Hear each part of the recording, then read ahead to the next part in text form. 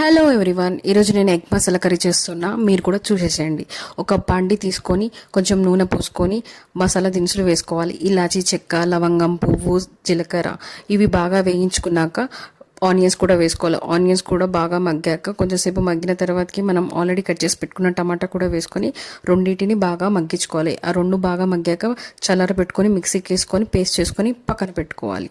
అదే బాండీలో కొంచెం నూనె పోసుకొని జీలకర్ర, పచ్చికాయలు, కరివేపాకు ఈ మూడింటిని వేసుకోవాలి. ఈ మూడు బాగా వేగించుకొని అవి వేగాక మనము 2 టేబుల్ స్పూన్ అల్లం వెల్లుల్లి పేస్ట్ కూడా వేసుకోవాలి.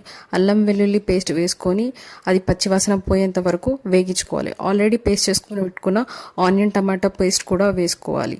ఆనియన్ టమాటా పేస్ట్ వేసుకున్నాక బాగా వేగించుకోవాలి. అది నూనెలో మగ్గేంత వరకు బాగా కలుపుకోవాలి. కొంచెంసేపు మగ్గించుకోవాలి. నూనె బయటికి తేలేంత వరకు.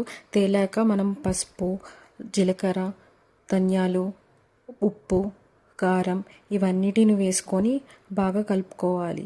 అవి కలిసాక కొంచెంసేపు నూనె పైన తెలియేంత వరకు బాగా మగ్గించుకోవాలి. మగ్గాక మనము తగినంత వాటర్ తీసుకొని కొంచెంసేపు మూత పెట్టుకొని తీసుకొని కలుపుకోవాలి. ఇక్కడ ఉప్పు కారం సరిపోకపోతే యాడ్ చేసుకోండి. యాడ్ చేసుకున్నాక ఎగ్స్ బ్రేక్ చేసుకోవాలి.